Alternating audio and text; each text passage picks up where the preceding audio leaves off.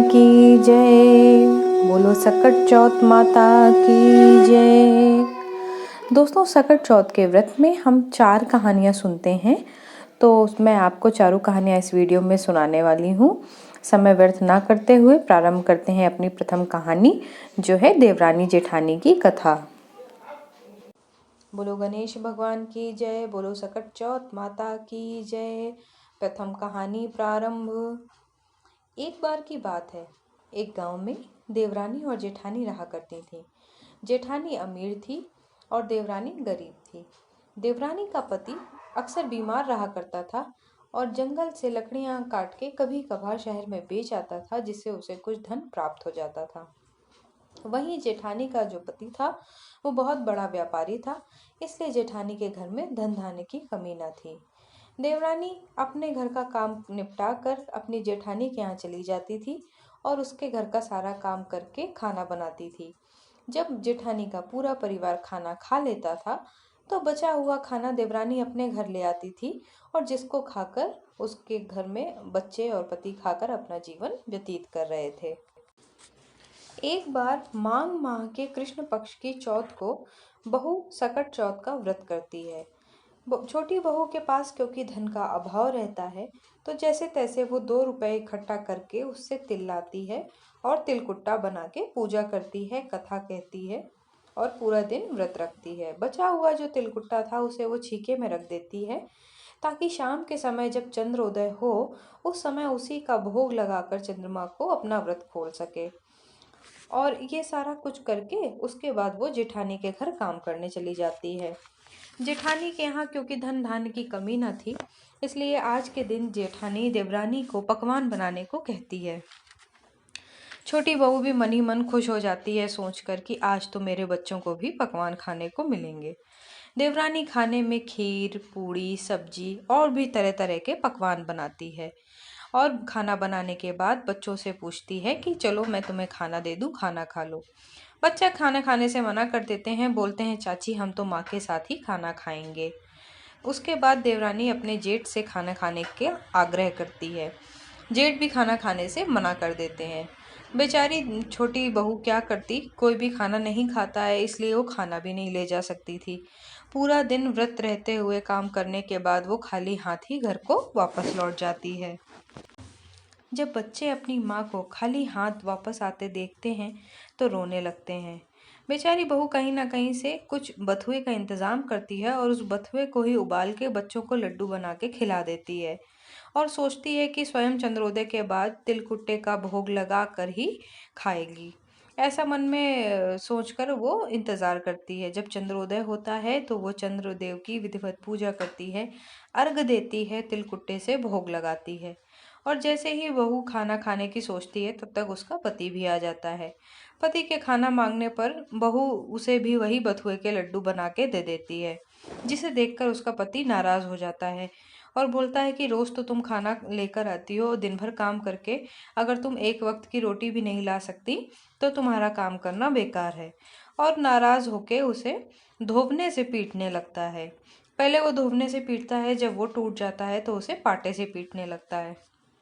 बेचारी बहू बिना कुछ खाए पिए ही छीके में बचा हुआ बथुआ और तिलकुट्टा रख के रोते रोते ही सो जाती है।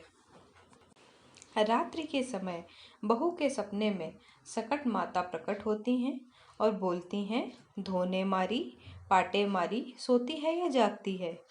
बहू बोलती है कि कहो माता, ना सो रही हूँ ना जाग रही हूँ। सकट माता बोलती हैं कि बहू बहुत जोर की भूख लगी है, कुछ खाने को दे दे। छोटी बहू बोलती है कि माता घर में अन्न का तो एक दाना भी नहीं है, छीके में कुछ तिलकुट और बथुआ रखा है, वही खा लो। थोड़ी देर बाद सकट माता उसे फिर से आवाज़ लगाती हैं, धोने मारी, पाटे मारी, सोती है या जागती है। बहू बोलती है, कहो माता अब क्या चाहिए। सकट माता कहती हैं, बहू निपटाई लागी है, अब मैं क्या करूं। बहू बोलती है कि माता पूरा घर ही कच्चा पड़ा है, जहाँ चाहो वहाँ निपट लो। थोड़ी देर बाद फिर सकट माता आती हैं, पूछती हैं, बहू अब पोछूं कहाँ।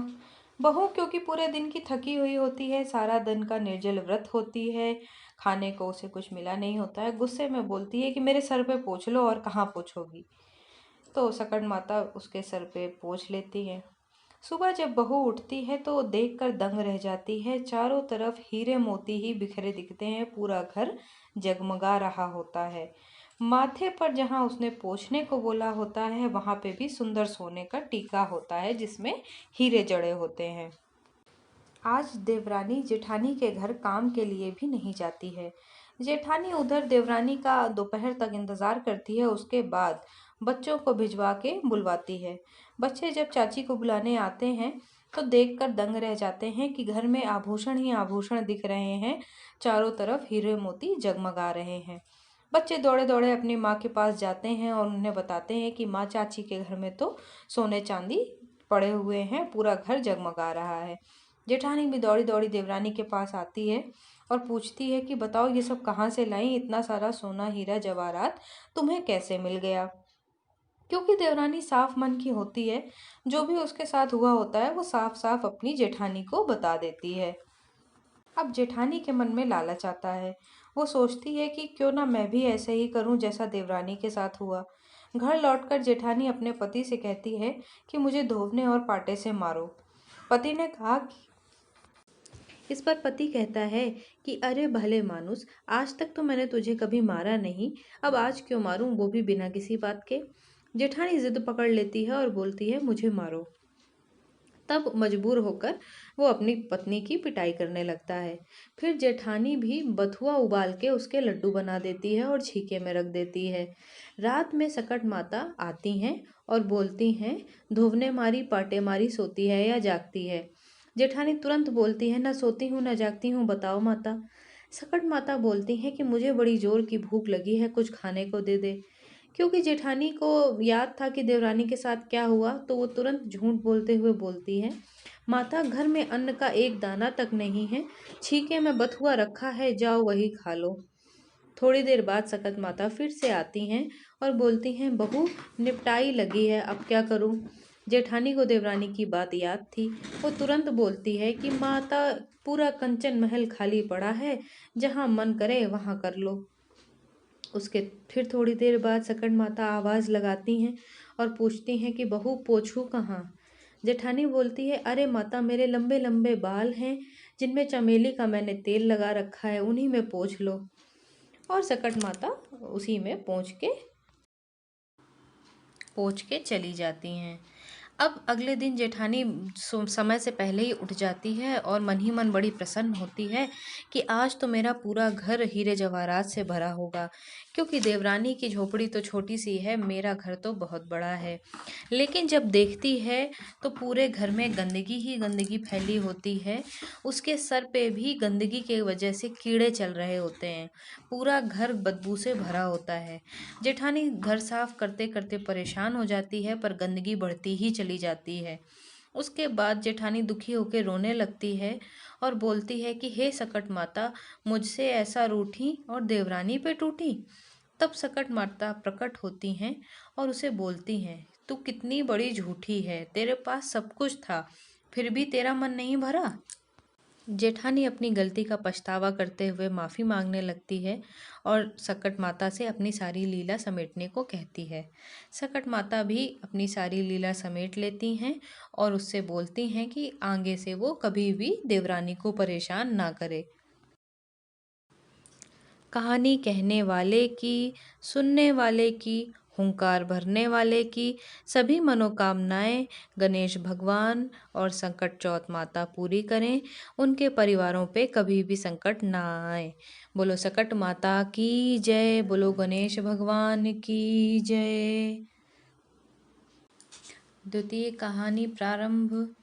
एक नगर में एक राजा रानी का निसंतान जोड़ा रहा करता था। वैसे तो वो दोनों धर्म कर्म में ज़्यादा विश्वास नहीं रखते थे, परंतु एक बार रानी अपने पड़ोस में जाती है जहाँ पे उसकी दासी सकट माता की पूजा कर रही होती है। इस पर रानी अपनी दासी से पूछती है कि ये कैसी पूजा है और इसको करने से क्या होता है। दासी बताती है कि ये व्रत अगर निसंतान दंपति करें तो उन्हें शीघ्र ही संतान की प्राप्ति होती है, और जो संतान वाले हैं यदि वो ये व्रत करते हैं तो उनकी संतान दीर्घायु होती है, उसके जीवन में कभी भी किसी भी प्रकार का संकट नहीं आता है। रानी पूजा होने के बाद प्रसाद लेती है और मन ही मन ये प्रार्थना करती है कि यदि मैं गर्भवती हो जाती हूँ तो मैं ये व्रत करूँगी, ये पूजा करूँगी सकट माता की, और 1.25 सेर का तिलकुट भी मैं करूँगी। अगले वर्ष सकट माता की दया से रानी जो होती है वो गर्भवती हो जाती है। अब इस पर रानी बोलती है कि मैं व्रत और तिलकुट तब करूँगी जब मेरा पुत्र होगा, और यदि मुझे पुत्र होगा तो मैं इस बार 2.5 सेर का तिलकुट करूँगी और विधिवत व्रत और पूजा करूँगी। सकट चौथ माता की कृपा से उसे एक सुंदर पुत्र की प्राप्ति होती है। इस पर भी वो रानी ना तो व्रत करती है ना तिलकुट करती है, और जब दासी उसे ऐसा करने के लिए कहती है तो वो कहती है कि मैंने तो सकट माता से बोला है कि जब मेरे पुत्र का विवाह पक्का हो जाएगा तब मैं व्रत करूँगी, और तब मैं 5.25 सेर का तिलकुट भी चढ़ाऊँगी, करूँगी। ऐसे करते करते कई वर्ष बीत जाते हैं, पुत्र भी विवाह योग्य हो जाता है और सकट माता की कृपा से पुत्र का विवाह भी पक्का हो जाता है। अब दासी फिर से रानी को याद दिलाती है कि देखिए, आपने ऐसी ऐसी मन्नत मांगी थी कि आप 5.25 सेर का तिलकुट करेंगी, व्रत करेंगी। इस पर रानी बोलती है कि हाँ, कर लेंगे। जब मेरी बहू विदा होके आ जाएगी उसके बाद मैं 7.25 सेर का तिलकुट कर दूंगी और पूजा कर दूंगी। तो आखिरकार वो दिन भी आ जाता है जब विवाह के लिए पुत्र को जाना होता है। रानी नहीं जाती है बारात में और दासी को अपने पुत्र के साथ भेजती है। अब दासी जब जाती है तो आधे रास्ते में ही पुत्र को सांप काट लेता है। दासी मनी मन ये बात जानती थी कि रानी जो है वो धर्म कर्म में बहुत ही पीछे है। वो हमेशा मान तो लेती है पर कोई भी चीज़ करती नहीं है, व्रत उपवास रखती नहीं है, प्रसाद रखती नहीं है, मानती नहीं है। तो ऐसे में दासी जो थी वो समझ जाती है कि सांप इसी वजह से काटा है क्योंकि कहीं ना कहीं सकट चौथ माता नाराज हो गई हैं। ऐसे में वो पुत्र को वैसे ही सजा हुआ रखती है और सेहरे से उसका मुंह ढक देती है और एक पीपल के पेड़ के नीचे उसको रोक देती है जो उसका रथ होता है, और रानी को उधर खबर भिजवाती है कि पुत्र को ऐसा ऐसा हो गया है, तुम तुरंत संकटा महारानी का प्रसाद मानो, तुमने जो जो मान रखा है वो सारी चीज़ें पूरी करो, तिलकूट बनाओ। जब तक रानी को खबर पहुंचती है तब तक दासी जो पुत्र का शव होता है उसे पीपल के नीचे वैसे ही अच्छे से ढक कर बैठाल के रखती है और किसी को नहीं बताती है कि पुत्र जो है वो मर चुका है। जब रानी को खबर पहुंचती है वो आनन फानन में पूजा की तैयारी करती हैं, संकटा माता से अपने जो पाप थे उनके लिए क्षमा मांगती हैं, जो उनसे गलती हुई उनके लिए वो माफ़ी मांगती हैं और 5.25 सेर का तिलकुट करती हैं, पूरे गांव में बंटवाती हैं। जैसे ही वो तिलकुट करके बंटवाती हैं वैसे ही जो उनका पुत्र होता है वो जीवित हो जाता है। उधर दासी फिर बड़े धूमधाम से जो बारात थी वो लेके जाती है और एक सुंदर सी बहू वापस लेकर घर आती है। जब बहू आ जाती है तो जैसा कि उन्होंने माना होता है 7.25 सेर का वो फिर से पूरा तिलकुट करती हैं और बहू को भी सकट महारानी के दर्शन कराती हैं, पूजा कराती हैं। तो जैसे सकट महारानी ने रानी की लाज रखी, उसकी गलतियों को माफ़ किया, ऐसे सभी की गलतियां माफ़ करें, सब पे अपना आशीर्वाद बनाए रखें। बोलो सकट माता की जय, बोलो गणेश भगवान की जय।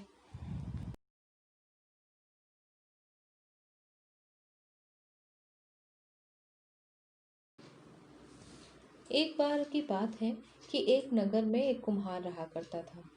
कुम्हार हमेशा बहुत सारे बर्तन बनाया करता था, पर एक अचानक क्या होना शुरू हो गया कि जब भी वो बर्तन बनाकर आवा लगाए तो आवा पकता ही नहीं था। वो बहुत परेशान हो गया, उसने कई बार प्रयास किया और हार कर वो राजा के पास जाकर प्रार्थना करने लगा।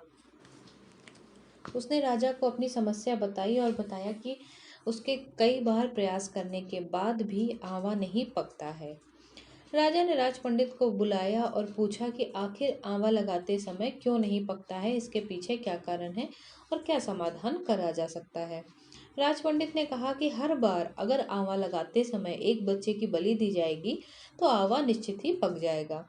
राजा ने आदेश दे दिया कि अब जब भी आंवला लगाया जाएगा एक परिवार का एक बच्चा बलि के तौर पे लिया जाएगा। सभी लोग बहुत रोते भी लगते। इस नियम को मानने के लिए मजबूर हो गए। जब भी आवा लगता तो एक बच्चे की बलि दी जाती। इसी तरीके से कुछ दिन बीतते चले गए और फिर एक दिन एक गरीब बुढ़िया का बारी आई, उसके बच्चे की बलि चढ़ने की बारी आई। बुढ़िया विधवा थी और उसकी एक ही संतान थी। बुढ़िया के जीवन का वही सहारा था। वो राजा के पास गई, उसने बहुत विनती करी कि मेरे पुत्र को छोड़ दीजिए, मेरे जीवन का यही सहारा है। पर राजा ने बोला कि ये आज्ञा है, वो किसी के साथ भेदभाव नहीं कर सकता। हर घर की ही बारी आनी है और हर घर को ही अपनी एक संतान बलि के लिए देनी है।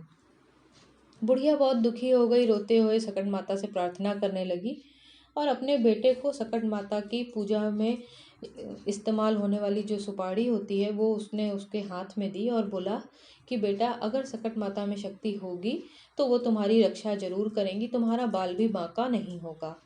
बालक जो था वो आवा में बैठाल दिया गया और अपने माता की लिए हुई जो सुपारी थी उसे लिए रहा।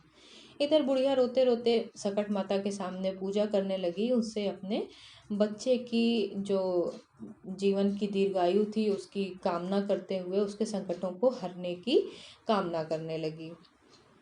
सवेरे जब कुम्हार ने देखा तो वो हैरान रह गया। आवा पक गया था। आवा पक चुका था और बुढ़िया का बेटा ही नहीं, अब तक जितने भी लड़कों की बलि दी गई थी वे सभी उस आवा से सुरक्षित बाहर निकल आए। इसके बाद तो सभी बुढ़िया के पास दौड़े दौड़े गए और इस चमत्कार का राज पूछने लगे, कारण पूछने लगे। तब बुढ़िया ने सभी को सकट माता की पूजा का जो विधि थी वो बताई और पूरी बात बताई कि इस तरीके से उसने सुपारी देकर अपने बच्चे को भेजा था, इसलिए उस पर कोई संकट नहीं आया। राजा ने भी पूरे नगर में घोषणा करवा दी कि सभी लोग सकट चौथ की पूजा करेंगे, सकट माता और भगवान गणेश की विधिवत पूजा करेंगे और इस प्रकार से उनके नगर के सारे बच्चे सुरक्षित रहेंगे, सारे नगरवासी भी सुरक्षित रहेंगे। बोलो सकट माता की जय, बोलो गणेश भगवान की जय।